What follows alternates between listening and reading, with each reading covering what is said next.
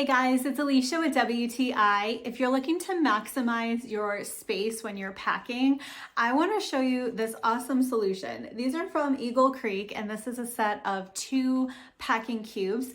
And these are not just regular packing cubes, these are a compression packing cube. So these are an awesome little set because you can fit so much stuff in these little cubes.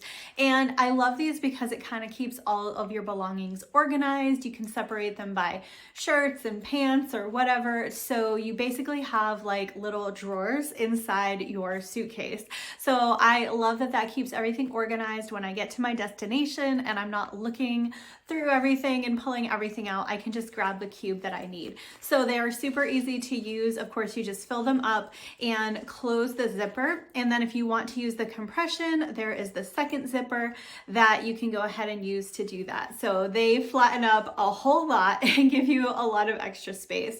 This fabric is durable, it's lightweight, and we've had these for several years and they have really held up well. So I would definitely recommend these, and that's my point of view.